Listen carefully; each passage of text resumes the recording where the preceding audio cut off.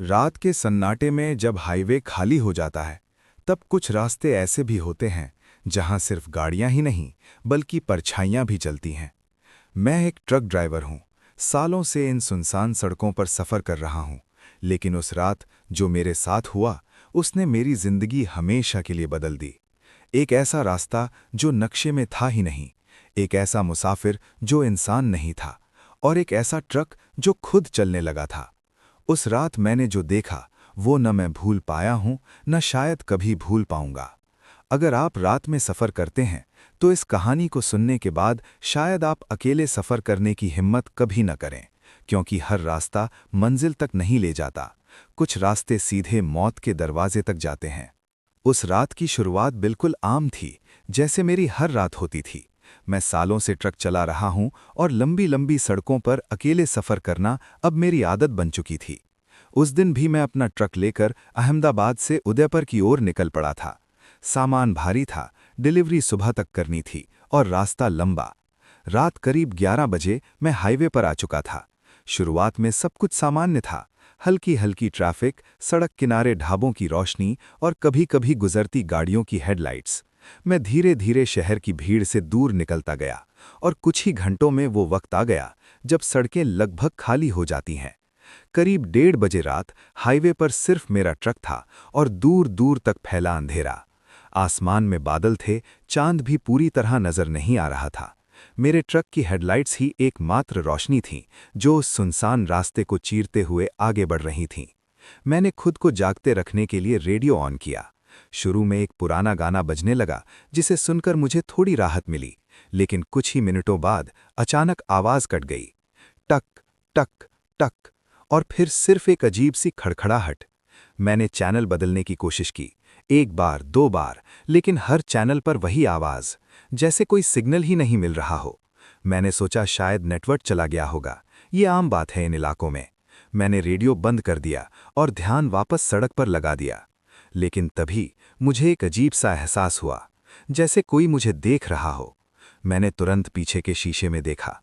Truck के पीछे अंधेरा ही अंधेरा था, कोई गाड़ी नहीं, कोई इंसान नहीं, फिर भी दिल मानने को तैयार नहीं था। मैंने खुद को समझाया, थकान है, ज्यादा सोच रहा हूं। मैंने अपनी आंखों को थोड़ा मलकर दोबारा सड़क पर फोकस किया। तभी मुझे लगा कि सड़क कुछ बदल गई है। मैं ये रास्ता पहले भी कई बार तय कर चुका था, लेकिन ये हिस्सा मुझे बिल्कुल अनजान लग रहा था। सड़क थोड़ी ज्यादा संकरी लग रही थी और आसपास के पेड़ भी कुछ ज्यादा घने, जैसे मैं किसी और ही रास्ते पर आ गया हूं। ये कैसे हो सकता है? मैंने खुद से बुदबुदाया। मैंने स्पीड थोड़ी कम कर दी और साइन बोर्ड ढूंढने लगा, लेकिन अजीब बात यह थी कि काफी देर से मुझे कोई बोर्ड नजर नहीं आया था। न कोई माइलस्टोन, न कोई ढाबा, न कोई पेट्रोल पंप। अब मेरे अंदर हल्की हल्की बेचैनी शुरू हो गई थी। मैंने सोचा फोन निकालकर जीपीएस चेक करूं। मैंने जेब से मोबाइल निकाला, लेकिन स्क्रीन पर नो सिग्नल लिखा हुआ था। कमाल है, मैंने झुंझलाते हुए कहा। इतना सुनसान तो ये हाईवे कभी नहीं होता, फिर आज क्या हो रहा है? तभी अचानक मेरे ट्रक की हेडलाइट्स कुछ दूर सामने किसी चीज पर पड़ी। मैंने ध्यान से देखा। सड़क के किनारे कोई खड़ा था, एक आदमी, सफेद कपड़ों में। वो बिल्कुल स्थिर खड़ा था, जैसे किसी मूर्ति की तरह। उसका चेहरा मेरी तरफ नहीं था, वो सड़क की दूसरी ओर देख रहा था। इतनी रात को इस सुनसान जगह पर कोई अकेला इंसान खड़ा हो, ये बात ही मेरे लिए अजीब थी। मेरे दिमाग में कई ख्याल आए। शायद उसकी गाड़ी खराब हो गई हो या उसे मदद चाहिए हो। मैंने ट्रक की स्पीड थोड़ी कम कर दी। जैसे जैसे मैं उसके करीब पहुंचता गया, मेरे दिल की धड़कन तेज होती गई। कुछ तो था उस आदमी में जो सही नहीं लग रहा था। वो अब भी बिल्कुल हिला नहीं था। न उसने मेरी तरफ देखा, न कोई इशारा किया, बस खड़ा था। मैं बिल्कुल उसके पास पहुंचने वाला था, तभी वो धीरे धीरे मेरी तरफ मुड़ा। उसका मुड़ना भी सामान्य नहीं था, जैसे किसी ने उसे धीरे धीरे घुमाया हो। उसकी हरकत में एक अजीब सी कठोरता थी, जैसे उसका शरीर जिंदा ना होकर भी चल रहा हो। और फिर जैसे ही उसकी नज़र मेरी नज़र से मिली, मेरे हाथ स्टीयरिंग पर जम गए। उसका चेहरा पूरी तरह सफ़ेद, आंखें काली, बिना पुतलियों के, और होंठ जैसे किसी ने सिल दिए हों। मेरी सांसें अटक गईं। मैं ब्रेक लगाना चाहता था, लेकिन मेरा पैर जैसे जाम हो गया था। और तभी उस आदमी ने अचानक एक हल्की सी मुस्कान दी, लेकिन वो मुस्कान इंसानों जैसी नहीं थी। वो कुछ और ही था। उसकी वो मुस्कान देखते ही मेरे पूरे शरीर में जैसे करंट दौड़ गया। मेरा दिमाग समझ ही नहीं पा रहा था कि मैं क्या देख रहा हूं, और उससे भी ज्यादा डरावनी बात यह थी कि मेरा शरीर जैसे मेरे कंट्रोल में नहीं था। मेरा पैर एक्सेलरेटर पर ही जमे हुए था, जबकि मैं ब्रेक दबाना चाहता था। मैंने पूरी ताकत से पैर हटाने की कोशिश की, लेकिन जैसे कोई अदृश्य ताकत उसे पकड़कर वहीं रोके हुए थी। ये क्या हो रहा है? मैंने घबराते हुए खुद से कहा। ट्रक अब उस आदमी के बिल्कुल करीब पहुंच चुका था और मुझे लगा अब टक्कर होना तय है। लेकिन तभी कुछ ऐसा हुआ जो आज तक मेरी समझ से बाहर है। जैसे ही ट्रक उस आदमी के पास पहुंचा, वो अचानक गायब हो गया। न वो आगे गिरा न साइड में भागा, बस एक पल में जैसे हवा में घुल गया हो। मैंने तुरंत पीछे के शीशे में देखा, कुछ भी नहीं। सड़क खाली थी। मेरी सांसें तेज हो चुकी थीं, माथे पर पसीना आ गया था और दिल इतनी तेजी से धड़क रहा था जैसे सीने से बाहर आ जाएगा। मैंने आखिरकार अपने पैर पर कंट्रोल पाया और हल्का सा ब्रेक दबाया। ट्रक धीरे धीरे रुकने लगा। मैंने गहरी सांस ली और खुद को शांत करने की कोशिश की। शायद मैंने कुछ गलत देख लिया।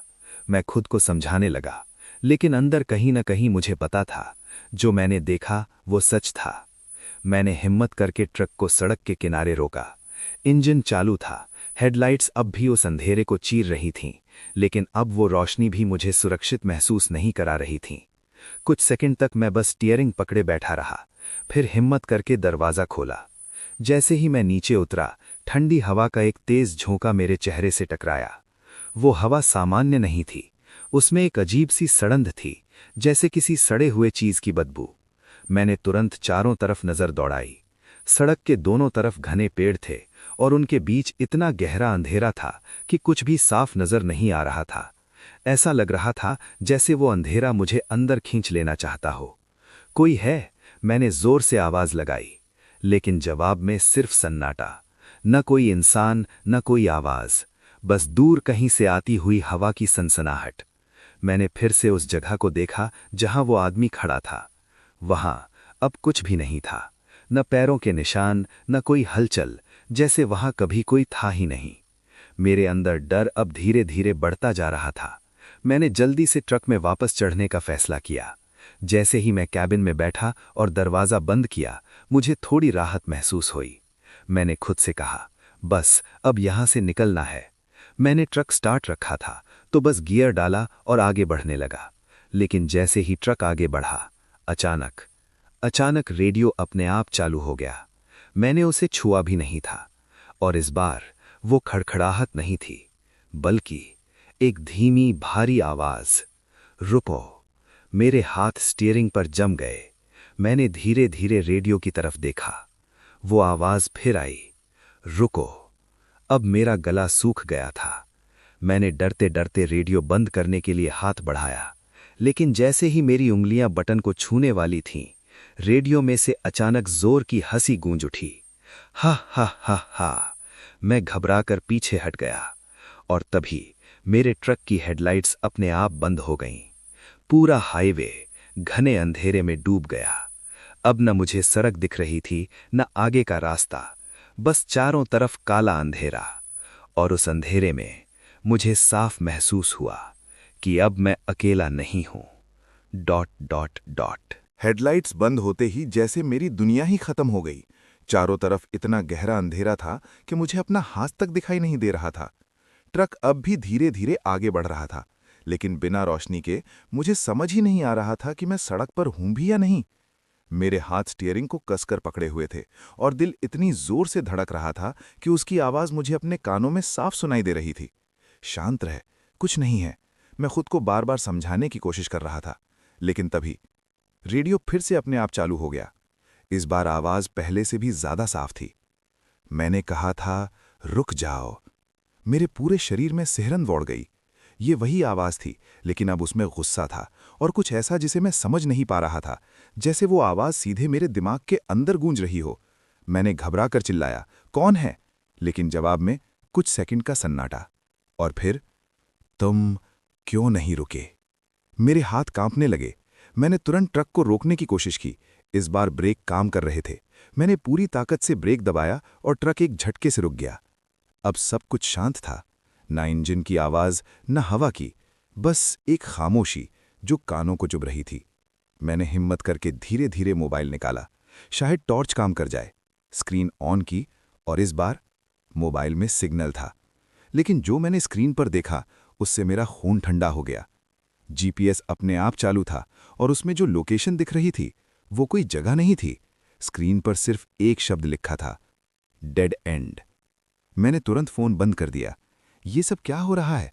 मेरी आवाज कांप रही थी। तभी ट्रक के पीछे से किसी के चलने की आवाज आई। ठक ठक ठक, जैसे कोई भारी कदमों से धीरे धीरे मेरे ट्रक के पीछे आ रहा हो। मेरी सांसें रुक गईं। मैंने हिम्मत करके पीछे के शीशे में देखने की कोशिश की, लेकिन अंधेरे के अलावा कुछ भी नजर नहीं आया। आवाज अब और पास आ रही थी, ठक ठक ठक। अब वो ट्रक के बिल्कुल पीछे था। फिर एकदम से आवाज बंद हो गई। पूरा माहौल फिर से खामोश हो गया। मैंने राहत की सांस ली ही थी कि अचानक मेरे ट्रक का पिछला दरवाजा धीरे धीरे अपने आप खुलने लगा। क्रीं। वो आवाज इतनी डरावनी थी कि मेरा दिल जैसे सीने से बाहर आ जाएगा। नहीं नहीं, मैंने घबरा कर कहा। मैं नीचे उतरकर देखने की हिम्मत नहीं कर पा रहा था, लेकिन तभी मुझे महसूस हुआ कि कोई मेरे ट्रक के अंदर चढ़ रहा है। ठक ठक, जैसे कोई लोहे पर पैर रखकर ऊपर आ रहा हो। अब वो आवाज ट्रक के अंदर थी, मेरे ठीक पीछे। मेरी सांसें थम गईं। मैं धीरे धीरे, बहुत धीरे धीरे गर्दन घुमाने लगा ताकि पीछे देख सकूं। लेकिन जैसे ही मैंने आधा मुड़ा, मेरे कान के बिल्कुल पास किसी ने फुसफुसाया, अब बहुत देर हो चुकी है। मैं जम गया। मेरी आंखें अपने आप फैल गईं और उसी पल ट्रक की हेडलाइट्स अचानक फिर से जल उठीं। सामने का रास्ता फिर से दिखाई देने लगा। लेकिन अब जो मैंने सामने देखा वो पहले से भी ज्यादा डरावना था, क्योंकि सड़क के बीचों बीच वही सफेद कपड़ों वाला आदमी फिर से खड़ा था, इस बार मेरी तरफ देखता हुआ। और इस बार वो अकेला नहीं था। हेडलाइट्स की रोशनी जैसे ही तेज हुई, मेरी आंखें अपने आप से कुड़ गईं। सामने जो दृश्य था उसे देखकर मेरा दिमाग सुन्न पड़ गया। सड़क के बीचों बीच वही सफेद कपड़ों वाला आदमी खड़ा था, लेकिन इस बार वो अकेला नहीं था। उसके पीछे और भी लोग खड़े थे। एक, दो नहीं, कम से कम 10-12 परछाइयां, सब के सब सफेद कपड़ों में, बिल्कुल स्थिर, बिना हिले डुले। उन सब की नजरें सीधी मेरी तरफ खीं। मेरे हाथ स्टीयरिंग पर कांप रहे थे। मैं समझ नहीं पा रहा था कि ये सब असली है या मैं कोई भयानक सपना देख रहा हूं। ये क्या है? मेरे मुंह से धीमी आवाज निकली। तभी रेडियो फिर से चालू हो गया। अब तुम रुक गए हो। उस आवाज में इस बार अजीब सी खुशी थी, जैसे उसे वही मिल गया हो जो वो चाहता था। मेरे माथे से पसीना टपकने लगा। मैंने हिम्मत जुटाई और ट्रक को पीछे लेने की कोशिश की, लेकिन जैसे ही मैंने गियर बदला, ट्रक बंद हो गया। इंजन ने एक अजीब सी आवाज की, ढूं, और फिर सब कुछ शांत। नहीं नहीं, स्टार्ट हो। मैंने घबराकर चाबी घुमाई। 1 बार, 2 बार, 3 बार, लेकिन ट्रक स्टार्ट नहीं हुआ। अब सामने वो सब खड़े थे और मैं पूरी तरह फंसा हुआ था। तभी सामने खड़ा वो पहला आदमी धीरे धीरे आगे बढ़ने लगा। उसके कदम बहुत धीमे थे। ठक ठक ठक, हर कदम की आवाज मेरे दिल की धड़कनों के साथ मिल रही थी। उसके पीछे खड़े बाकी लोग भी एक साथ मेरी तरफ बढ़ने लगे। अब वो सब धीरे धीरे मेरी ओर आ रहे थे। उनकी चाल में कोई जल्दी नहीं थी, लेकिन वो जितना पास आते जा रहे थे, मेरा डर उतना ही बढ़ता जा रहा था। मैंने घबराकर दरवाजा खोलने की कोशिश की, लेकिन वो अंदर से लॉक हो चुका था। मैंने जोर लगाया, धक्का दिया, लेकिन दरवाजा नहीं खुला। खुल खुल जा, मैं लगभग चिल्ला पड़ा, लेकिन कोई फायदा नहीं। तभी मेरी नज़र फिर से सामने गई। अब वो लोग मेरे ट्रक से सिर्फ कुछ ही कदम दूर थे, और जैसे जैसे वो करीब आ रहे थे, उनके चेहरे साफ नजर आने लगे। और जो मैंने देखा वो मेरी जिंदगी का सबसे डरावना पल था। उन सब के चेहरे एक जैसे थे, बिल्कुल एक जैसे, सफेद, बेजान, आंखें काली, बिना पुतलियों के, और होठ जैसे किसी ने सिल दिए हों, जैसे वो सब एक ही इंसान के अलग अलग रूप हों। मेरी सांसें रुकने लगीं। मैंने आंखें बंद कर लीं और भगवान को याद करने लगा। बस बचा लो, मैंने मन ही मन कहा। तभी एक जोरदार धमाका हुआ। धड़ाम। मैं चौंक कर आंखें खोल दी। सामने का शीशा अंदर की तरफ हिल गया था, जैसे किसी ने उसे बाहर से जोर से मारा हो। मैंने डरते डरते सामने देखा। वो पहला आदमी अब मेरे ट्रक के बिल्कुल सामने खड़ा था। उसका चेहरा शीशे से सिर्फ कुछ इंच दूर था और वो मुझे घूर रहा था। फिर उसने धीरे धीरे अपना हाथ उठाया और शीशे पर रख दिया। उसका हाथ ठंडा, सड़ा हुआ और अजीब तरह से टेढ़ा था। मेरी आंखें डर से फटी रह गईं। तभी उसने अपना चेहरा और करीब लाया और पहली बार उसके होंठ हिले। हालांकि वो सिले हुए थे, फिर भी मुझे साफ सुनाई दिया, अब तुम हमारे साथ चलोगे। मैं जोर से चिल्लाया, नहीं। और उसी पल मैंने पूरी ताकत से चाबी घुमाई और इस बार ट्रक अचानक स्टार्ट हो गया। इंजन गरजने लगा। मैंने बिना सोचे एक्सेलरेटर दबा दिया। ट्रक झटके से आगे बढ़ा और सामने खड़ा वो आदमी सीधे ट्रक के नीचे आ गया। धड़ाम। मैंने पीछे मुड़कर देखने की हिम्मत नहीं की, बस ट्रक को पूरी स्पीड में भगाता रहा। लेकिन कुछ सेकंड बाद मेरे कान के पास फिर वही आवाज आई, बहुत धीमी, बहुत पास। भाग तो रहे हो, लेकिन बच नहीं पाओगे। मेरे हाथ सुन्न हो गए, क्योंकि इस बार वो आवाज रेडियो से नहीं, बल्कि मेरे ठीक पीछे से आ रही थी। मेरे हाथ स्टीयरिंग पर जमे हुए थे और आंखें सामने सड़क पर, लेकिन मेरा ध्यान कहीं और था, मेरे ठीक पीछे। वो आवाज साफ मेरे कान के पास से आई थी, धीमी, ठंडी और इतनी करीब जैसे कोई मेरे पीछे बैठा हो। मेरी सांसें तेज हो गईं। मैंने हिम्मत जुटाने की कोशिश की, लेकिन गर्दन घुमाने की हिम्मत नहीं हो रही थी। दिमाग बार बार कह रहा था, मत देख, जो भी है मत देख। लेकिन इंसान की फितरत ही ऐसी है, डर के बावजूद सच जानना चाहता है। मैंने धीरे धीरे, बहुत धीरे धीरे रियर व्यू मिरर की तरफ देखा और जैसे ही मेरी नज़र उस शीशे में पड़ी, मेरा दिल एक पल के लिए रुक गया। मिरर में मुझे कोई दिखाई नहीं दे रहा था। पीछे की सीट खाली थी। मैंने राहत की सांस ली ही थी कि अचानक मिरर अपने आप हिलने लगा। टक टक टक, जैसे कोई उसे अंदर से छू रहा हो। मेरी आंखें फैल गईं और अगले ही पल मिरर में एक चेहरा उभरा, धीरे धीरे अंधेरे से निकलता हुआ। वही चेहरा, सफेद, बेजान, काली आंखें और सिले हुए होंठ। मैं जोर से चिल्लाया, नहीं। मैंने तुरंत मिरर को हाथ से घुमा दिया ताकि पीछे ना दिखे। मेरा पूरा शरीर कांप रहा था। अब मुझे यकीन हो गया था, वो चीज मेरे ट्रक के अंदर है। मैंने एक्सेलरेटर और दबा दिया। ट्रक तेज रफ्तार से भागने लगा। सड़क अब भी सुनसान थी, लेकिन अब वो सीधी नहीं लग रही थी, जैसे रास्ता बदल रहा हो, जैसे मैं कहीं फंस गया हूं जहां से निकलना आसान नहीं। तभी अचानक सामने सड़क पर धुंध छा गई, घनी सफेद धुंध, इतनी कि हेडलाइट्स की रोशनी भी उसे चीर नहीं पा रही थी। ये अब क्या है, मैंने घबरा कर कहा। मैंने स्पीड कम करने की कोशिश की, लेकिन इस बार एक्सेलरेटर अपने आप दबा हुआ था। मैंने पैर हटाने की कोशिश की, लेकिन फिर वही एहसास, जैसे कोई उसे पकड़कर दबा रहा हो। ट्रक अब तेज रफ्तार में उस धुंध के अंदर घुस चुका था।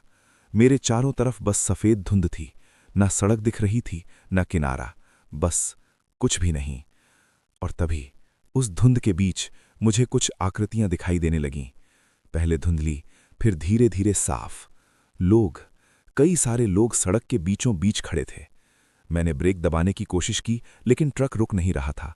हट जाओ, मैं चिल्लाया, लेकिन वो लोग हिले तक नहीं, जैसे उन्हें फर्क ही नहीं पड़ रहा था। और फिर ट्रक सीधे उन लोगों के बीच से निकल गया। लेकिन कोई टक्कर नहीं हुई, न कोई गिरा, न कोई चीखा, जैसे वो लोग थे ही नहीं। मैंने डरते हुए पीछे देखने की कोशिश की, लेकिन धुंध के अलावा कुछ भी नजर नहीं आया। मेरे दिमाग ने अब जवाब देना शुरू कर दिया था। ये सब सच नहीं हो सकता, मैं बुदबुदाया। तभी अचानक मेरे ट्रक का स्टीयरिंग अपने आप घूमने लगा। मैंने उसे रोकने की कोशिश की, लेकिन वो मेरे हाथों से निकल चुका था। ट्रक अब सड़क छोड़कर साइड की तरफ मुड़ रहा था। नहीं, मैंने पूरी ताकत से स्टीयरिंग पकड़ा, लेकिन बेकार। ट्रक सीधे धुंध के अंदर किसी अनजान दिशा में जा रहा था। और तभी मेरे सामने धुंध के बीच एक पुराना टूटा फूटा दरवाज़ा नजर आया। वो सड़क के बीचों बीच खड़ा था, जैसे कोई गेट हो किसी दूसरी दुनिया का। मैंने ब्रेक पर पूरी ताकत लगा दी, लेकिन ट्रक नहीं रुका।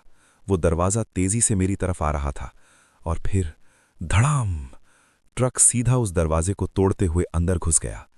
एक पल के लिए सब कुछ अंधेरा हो गया और फिर जब मेरी आंखें खुलीं, मैं अब उसी हाईवे पर नहीं था, मैं कहीं और था। और मेरे सामने जो रास्ता था वो किसी भी नक्शे में नहीं हो सकता था। जैसे ही मेरी आंखें पूरी तरह खुलीं, मैंने तुरंत ब्रेक पर पैर मारा। इस बार ट्रक रुक गया, एक झटके के साथ। मेरी सांसें तेज चल रही थीं। कुछ सेकंड तक मैं बस वहीं बैठा रहा, स्टीयरिंग को कस कर पकड़े, जैसे अगर मैंने छोड़ा तो सब कुछ फिर से बदल जाएगा। मैंने धीरे धीरे नज़र उठाई और सामने जो देखा वो किसी भी हाईवे जैसा नहीं था। सड़क टूटी फूटी थी, जगह जगह दरारें, और उन दरारों के अंदर से हल्की हल्की लाल रोशनी निकल रही थी, जैसे नीचे कुछ जल रहा हो। आसपास कोई पेड़ नहीं थे, बस काले सूखे खंभों जैसे ढांचे खड़े थे, जिन पर फटे हुए कपड़े लटक रहे थे और हवा चलने पर वो अपने आप हिल रहे थे। आसमान पूरा काला, न चांद न तारे, बस एक अजीब सा भारीपन, जैसे पूरा माहौल मुझे दबा रहा हो। मैं कहाँ आ गया, मेरे मुंह से अपने आप निकला। तभी ट्रक के अंदर धीरे धीरे ठंड बढ़ने लगी, इतनी ठंड कि मेरी सांसों से धुआं निकलने लगा। मैंने तुरंत पीछे देखने की हिम्मत की। इस बार सीट खाली नहीं थी, कोई बैठा था मेरे ठीक पीछे। मैं जम गया। धीरे धीरे, बहुत धीरे धीरे मैंने गर्दन घुमाई और जैसे ही मेरी नज़र उस पर पड़ी, मेरी चीख निकल गई। आह! वो वही था, सफ़ेद चेहरा, काली आंखें, सिले हुए होंठ, लेकिन इस बार उसका चेहरा मेरे बिल्कुल करीब था, इतना करीब कि उसकी ठंडी सांस मेरे गाल से टकरा रही थी। मैं तुरंत आगे की तरफ झटका और दरवाज़ा खोलने की कोशिश की। इस बार दरवाज़ा खुल गया। मैं बिना कुछ सोचे ट्रक से नीचे कूद गया। ज़मीन पर पैर रखते ही मुझे एहसास हुआ, ये ज़मीन सामान्य नहीं है, थोड़ी नरम, जैसे मिट्टी नहीं कुछ और हो। मैंने नीचे देखा और मेरे पैरों के नीचे राख जैसी काली धूल थी, जैसे सब कुछ जलकर खत्म हो चुका हो। मैंने पीछे मुड़कर ट्रक की तरफ देखा। उसकी हेडलाइट्स अब भी जल रही थीं और कैबिन के अंदर वो चीज़ अब भी बैठी थी। वो धीरे धीरे अपना सिर घुमा रही थी और फिर उसने मुझे देखा। मेरे पैर अपने आप पीछे हट गए। भाग, मेरे दिमाग ने कहा, और मैं भागने लगा, बिना सोचे, बिना दिशा के, बस भागता गया। आसपास सब कुछ एक जैसा था, काले खंभे, राख और अंधेरा। लेकिन कुछ देर बाद मुझे एहसास हुआ कि मैं अकेला नहीं भाग रहा। मेरे साथ और भी कदमों की आवाज़ आ रही थी, ठक ठक ठक। मैंने डरते हुए पीछे देखा और जो देखा उससे मेरी रूह कांप गई। मेरे पीछे वही लोग थे, सफ़ेद कपड़ों में, वही चेहरे, वही काली आंखें, सब के सब मेरे पीछे भाग रहे थे। उनकी चाल अजीब थी, तेज, लेकिन बिना आवाज़ के झटकों के, जैसे वो ज़मीन को छू भी नहीं रहे हों। मैं पूरी ताकत से भागने लगा। मेरी सांसें टूटने लगी थीं, पैर जवाब देने लगे थे, लेकिन वो और करीब आ रहे थे। तभी अचानक सामने सड़क पर एक बड़ा सा गड्ढा आ गया। मैं संभल नहीं पाया और सीधे उसमें गिर गया। आह! मैं नीचे गिरता चला जा रहा था, बहुत देर तक, जैसे उसका कोई अंत ही ना हो। और फिर धप, मैं किसी ठोस चीज़ पर आकर गिरा। कुछ सेकंड तक मुझे कुछ समझ नहीं आया, सब कुछ घूम रहा था। फिर धीरे धीरे मैंने आंखें खोलीं और जो मैंने देखा उससे मेरी सांसें रुक गईं। मैं एक जगह पर पड़ा था जहां चारों तरफ सैकड़ों ट्रक खड़े थे, पुराने, जले हुए, टूटे फूटे, जैसे सालों से यहां पड़े हों। और उन सभी ट्रकों के अंदर मुझे परछाइयां नजर आ रही थीं, लोग जो अंदर बैठे थे और मुझे घूर रहे थे। तभी मेरे पीछे से वही ठंडी आवाज फिर आई, ये है तुम्हारी मंजिल। मैं धीरे धीरे मुड़ा और देखा, वो सफ़ेद आदमी मेरे ठीक पीछे खड़ा था। इस बार उसके होंठ धीरे धीरे खुल रहे थे, जैसे कुछ बाहर आने वाला हो, और मैं वहीं जड़ होकर खड़ा था, क्योंकि अब भागने की कोई जगह नहीं बची थी। मेरे पैरों में जैसे जान ही नहीं बची थी। मैं वहीं खड़ा था और वो मेरे ठीक सामने। उसके सिले हुए होंठ अब धीरे धीरे खुल रहे थे, जैसे कोई अदृश्य ताकत उन टांकों को खींच रही हो। चर्र चर्र। उस आवाज ने मेरे पूरे शरीर में सिहरन भर दी। मैं पीछे हटना चाहता था, लेकिन मेरे पैर जमीन से चिपक गए थे। मेरी आंखें उसकी हर हरकत पर जमी थी और दिल इतनी तेज धड़क रहा था कि जैसे अभी फट जाएगा। और फिर एक झटके में उसके होंठ पूरी तरह खुल गए, लेकिन अंदर जो था वो इंसानी नहीं था। उसके मुंह के अंदर गहरा काला अंधेरा था, न जीभ न दांत, बस एक खाली अंतहीन गड्ढा। और उस गड्ढे के अंदर से धीरे धीरे आवाजें आने लगी, पहले हल्की, फिर तेज, फिर चीखों में बदलती हुई। सैकड़ों लोगों की चीखें, दर्द, डर और मदद की गुहार। मैंने अपने कान बंद करने की कोशिश की, लेकिन वो आवाजें मेरे दिमाग के अंदर गूंज रही थी। बचाओ, हमें बचाओ, हमें यहां से निकालो, मत आओ, ये जगह। मैं घुटनों के बल गिर पड़ा। बस बस करो, मैंने चिल्लाते हुए कहा, लेकिन वो आवाजें रुकने का नाम ही नहीं ले रही थी। तभी उस सफेद आदमी ने अपना हाथ मेरी तरफ बढ़ाया। उसका हाथ लंबा, टेढ़ा और सड़ा हुआ, जैसे वो मुझे छूना चाहता हो।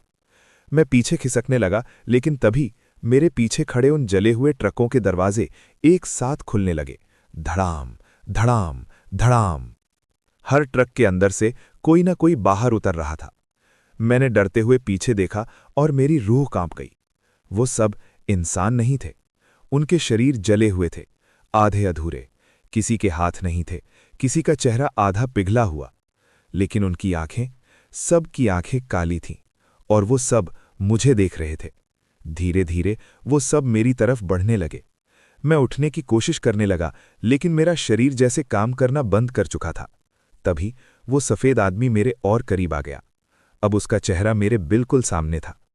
उसके मुंह के अंदर से निकलती वो चीखें अब और तेज हो गई थी, और फिर उसने मेरा हाथ पकड़ लिया। उसका स्पर्श इतना ठंडा था कि जैसे मेरी नसों में खून नहीं, बर्फ दौड़ने लगी हो। मैं जोर से चिल्लाया, छोड़ मुझे, लेकिन उसकी पकड़ और मजबूत होती गई। और तभी अचानक मेरे दिमाग में कुछ तस्वीरें आने लगीं, तेज, बेतरतीब, जैसे कोई फिल्म चल रही हो। मैंने देखा एक ट्रक तेज रफ्तार में उसी हाईवे पर दौड़ रहा है, और फिर अचानक एक आदमी सड़क के बीच में आता है। ब्रेक लगते हैं, लेकिन देर हो चुकी होती है। धड़ाम, टक्कर, खून, चीखें और फिर आग। पूरा ट्रक आग में जलने लगता है और अंदर फंसे लोग जिंदा जलते रहते हैं। मैं जोर से कांप उठा। ये क्या है? मैंने हांफते हुए कहा। तभी वो आवाज अब साफ मेरे दिमाग में गूंजी, ये तुम्हारा अतीत है। मेरी आंखें फैल गईं। नहीं, ये झूठ है, मैंने कहा, लेकिन अंदर कहीं मुझे याद आने लगा था। कुछ धुंधली यादें, एक हादसा, एक रात मैंने किसी को टक्कर मारी थी और मैं रुका नहीं था। मैं डर के मारे भाग गया था। मेरे हाथ कांपने लगे। नहीं, मैंने ऐसा नहीं किया, मैं खुद से झूठ बोल रहा था। तभी वो सफेद आदमी धीरे धीरे बोला, तुम रुके नहीं, तुमने हमें मरने के लिए छोड़ दिया। मेरे चारों तरफ खड़े वो जले हुए लोग अब और पास आ चुके थे। उनकी आंखों में गुस्सा था और दर्द। अब मैं समझ चुका था ये जगह क्या है। ये कोई रास्ता नहीं था, ये सजा थी, और मैं अब इसका हिस्सा बनने वाला था। मेरे अंदर जैसे सब कुछ टूट गया था। जो यादें मैं सालों से दबाकर बैठा था, वो अब मेरे सामने जिंदा खड़ी थी। मैं कांपते हुए पीछे हटने लगा। मैं डर गया था, मैंने जानबूझकर नहीं किया, मैं बस भाग गया। लेकिन मेरी बात सुनने वाला वहां कोई नहीं था। मेरे चारों तरफ खड़े वो जले हुए लोग अब धीरे धीरे मुझे घेर चुके थे।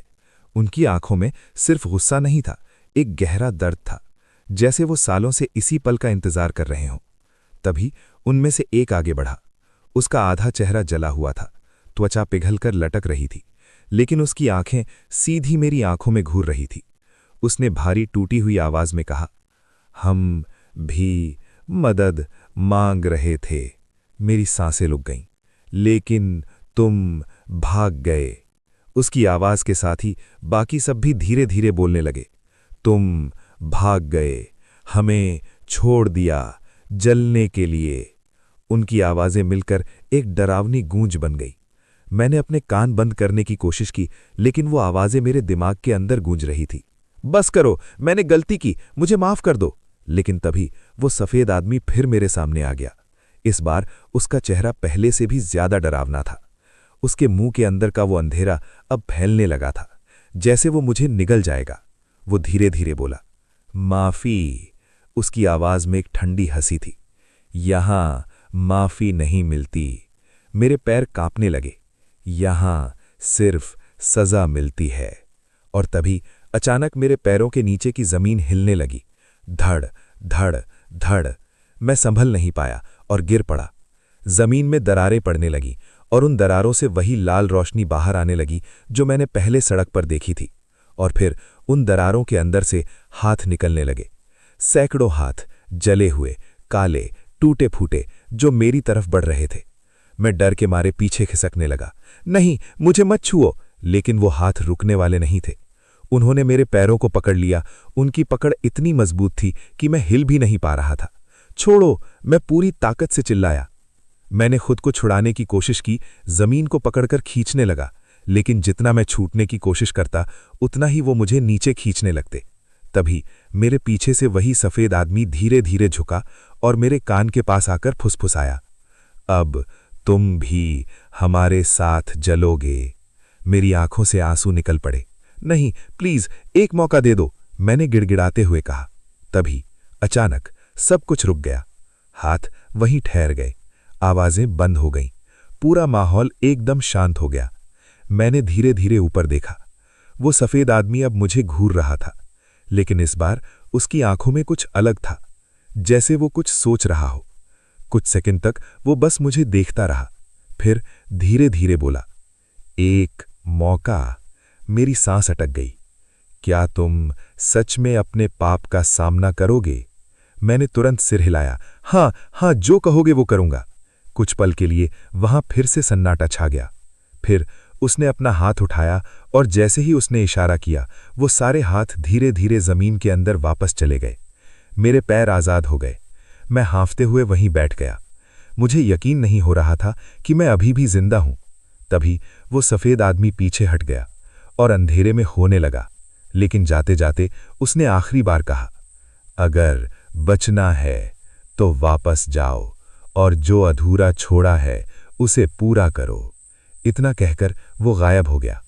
अचानक चारों तरफ तेज रोशनी फैल गई। मेरी आंखें बंद हो गईं और फिर जब मैंने दोबारा आंखें खोली, मैं फिर से अपने ट्रक के अंदर था, हाईवे पर। सब कुछ पहले जैसा, लेकिन इस बार मेरे सामने एक फैसला था। या तो मैं फिर से भाग जाऊं या अपने अतीत का सामना करूं। मेरी आंखें खुलीं तो सबसे पहले मैंने अपने हाथ देखे। वो कांप रहे थे, लेकिन इस बार ठंड से नहीं, डर और पछतावे से। मैं फिर से अपने ट्रक के अंदर था, वही सीट, वही स्टीयरिंग और सामने वही हाईवे। हेडलाइट्स जल रही थीं, इंजन चालू था, जैसे कुछ हुआ ही नहीं। लेकिन मैं जानता था, सब कुछ बदल चुका था। मेरी सांसें अभी भी तेज चल रही थीं। मैंने शीशे में खुद को देखा, चेहरा पसीने से भीगा हुआ, आंखों में डर साफ नजर आ रहा था। ये सपना था या सच? मैंने खुद से पूछा। लेकिन उसी पल मेरी नज़र स्टीयरिंग के पास गई। वहां राख के छोटे छोटे निशान पड़े थे। मेरे हाथों पर भी काली धूल लगी हुई थी। और तभी मुझे समझ आ गया, वो सब सच था। मेरे अंदर एक अजीब सा सन्नाटा छा गया। वो आवाज, वो लोग, वो आग, सब कुछ मेरे दिमाग में फिर से घूमने लगा। अगर बचना है तो वापस जाओ। उस सफेद आदमी की आवाज मेरे कानों में गूंज उठी। मैंने गहरी सांस ली और आंखें बंद कर ली।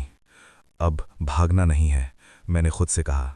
मैंने गियर डाला और इस बार ट्रक को उसी दिशा में मोड़ दिया जहां से मैं आया था। दिल में डर अब भी था, लेकिन इस बार उसके साथ एक और चीज थी, हिम्मत। सड़क अब भी सुनसान थी, लेकिन पहले जैसी डरावनी नहीं लग रही थी, जैसे वो मेरा इंतजार कर रही हो कि मैं अपना अधूरा काम पूरा करूं। करीब आधे घंटे बाद मुझे वो जगह दिखी। वही मोड़ जहां सालों पहले मैंने एक आदमी को टक्कर मारी थी। मेरे हाथ अपने आप स्टीयरिंग पर कस गए। मैंने धीरे धीरे ट्रक रोका, इंजन बंद किया और कुछ पल बस वहीं बैठा रहा। दिल जोर जोर से धड़क रहा था। यही है, मैंने खुद से कहा। मैंने दरवाज़ा खोला और नीचे उतरा। रात पहले जैसी ही थी, सन्नाटा, हल्की हवा और चारों तरफ अंधेरा। लेकिन इस बार मैं अकेला नहीं था। जैसे ही मैंने उस जगह की तरफ कदम बढ़ाया, मुझे फिर से वही एहसास हुआ, जैसे कोई मुझे देख रहा हो। मैं लुका नहीं, धीरे धीरे आगे बढ़ता गया और फिर मैं उसी जगह खड़ा था जहां मैंने उसे मारा था। मेरे पैरों की नीचे की जमीन सामान्य लग रही थी, लेकिन मेरे दिल को पता था यहां कुछ बाकी है। मैं घुटनों के बल बैठ गया। मुझे माफ कर दो, मैंने धीरे से कहा। मेरी आवाज़ कांप रही थी। मैं डर गया था। मैंने गलती की, बहुत बड़ी गलती। मेरी आंखों से आंसू गिरने लगे। मैंने तुम्हें मरने के लिए छोड़ दिया, लेकिन आज मैं भागने नहीं आया। हवा अचानक तेज चलने लगी, पेड़ों की शाखाएं हिलने लगीं और फिर मेरे सामने धीरे धीरे वो आकृति बनने लगी, वही सफ़ेद कपड़ों वाला आदमी। इस बार वो पहले जैसा डरावना नहीं लग रहा था, वो बस मुझे देख रहा था। मैंने सिर झुका लिया। जो सज़ा देनी है दे दो, मैंने कहा। कुछ पल तक वहाँ सन्नाटा रहा। फिर मुझे अपने कंधे पर एक ठंडा हाथ महसूस हुआ। मैंने धीरे धीरे ऊपर देखा। वो मेरे बिल्कुल सामने खड़ा था, लेकिन इस बार उसकी आंखें पूरी तरह काली नहीं थीं, जैसे उनमें थोड़ी इंसानियत वापस आ गई हो। वो कुछ सेकंड तक मुझे देखता रहा, फिर धीरे से बोला, सच बोलने में बहुत देर कर दी। मेरी सांस रुक गई, लेकिन अभी भी वक्त है। मैंने उसकी तरफ देखा, उम्मीद के साथ। तभी उसने धीरे धीरे अपना हाथ उठाया और सड़क की दूसरी तरफ इशारा किया। मैंने उस दिशा में देखा, और जो मैंने देखा उससे मेरा दिल फिर से जोर से धड़कने लगा, क्योंकि वहाँ कुछ ऐसा था जो मुझे पूरी तरह बदलने वाला था। मैंने उसकी उंगली जिस दिशा में इशारा कर रही थी उधर ध्यान से देखा। सड़क के दूसरी तरफ झाड़ियों के पीछे कुछ चमक रहा था। मैं धीरे धीरे उस तरफ बढ़ा। हर कदम के साथ दिल की धड़कन तेज होती जा रही थी। जैसे जैसे मैं करीब पहुंचा, वो चीज़ साफ नजर आने लगी।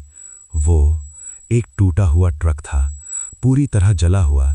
लोहे का ढांचा काला पड़ चुका था, शीशे टूटे हुए, और आसपास की जमीन अब भी काली राख से भरी हुई थी। मेरे कदम वहीं रुक गए। ये वही है, मेरे मुंह से अपने आप निकला। यही वो ट्रक था जिससे मेरा एक्सीडेंट हुआ था। यही वो जगह थी जहां मैंने किसी को टक्कर मारी और बिना पीछे देखे भाग गया। मेरी सांसें भारी हो गईं। मैं धीरे धीरे उस ट्रक के पास गया, और जैसे ही मैंने अंदर झांका, मेरा दिल टूट गया। अंदर अभी भी कुछ हड्डियां पड़ी थीं, जली हुई, बिखरी हुई, जैसे किसी ने उन्हें कभी छुआ ही नहीं। मेरे हाथ कांपने लगे। मैं कितना गिर गया था, मैंने खुद से कहा। मेरी आंखों से आंसू बहने लगे। तभी मेरे पीछे से वो सफ़ेद आदमी धीरे धीरे मेरे पास आया। इस बार उसकी मौजूदगी में डर कम और दर्द ज़्यादा महसूस हो रहा था। वो मेरे पास खड़ा हो गया और उस जले हुए ट्रक को देखने लगा। कुछ पल तक हम दोनों चुप रहे। फिर उसने धीमी आवाज़ में कहा, हम इंतज़ार कर रहे थे। मैंने उसकी तरफ देखा। किस बात का? मेरी आवाज़ टूट रही थी। उसने मेरी तरफ देखा और कहा कि तुम लौटोगे।